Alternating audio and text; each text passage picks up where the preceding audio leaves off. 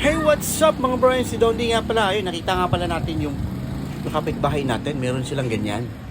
So, ginawa natin kasi mukhang nakakapagpalamig talaga siya sa loob eh. Oh, kita nyo naman, di ba? So, ginawa ko nga pala, dali-dali na akong bumaba. Oh, bumaba ako. As in, talagang pumunta ako sa aking kwarto at aking kinuha ang aking cellphone at binuksan ko ang aking application. No, alam niyo na yung kung ano yun, no? Nakita ko na nga siya, nandun na nga. Ayun, no? Ang daming pagpipilian, may mga kulay-kulay din pala yan. Pero dito ako na tumingin. Yan. Ang ano nga pala niya, sunshade. Ayun, no? May pa-video pa, oh. Pero parang ano siya, brown. Oh, tsaka sabi niya matibay daw. Kaya buy now. Yung pinakamalaki na yung kinuha natin, syempre. Alam mo, kukuha ka pa ng maliit. Tsaka medium, yun na yun.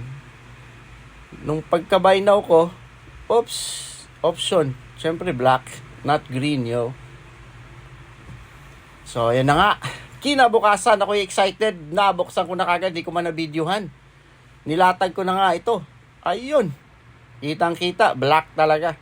Pero may brownish siya. Ayun, may brown yung tahi. Ayun, oh, mukhang matibay nga ito. So, malalaman ito mamaya kung talagang totoo nga ba.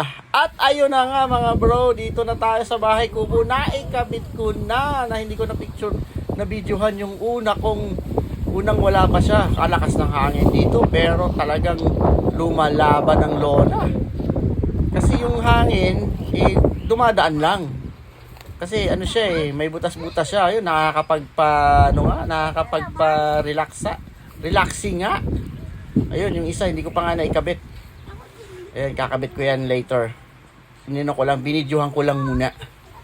So, mga bro, alam nyo na kung saan nabibili yan. Diba? Pinakita ko na sa inyo. Oh, eto na yun. Ito nga pala yung bahay kubo namin. Nakatagal ng finished installation. Oh, ayun, no, may bahay na doon sa likod namin, no.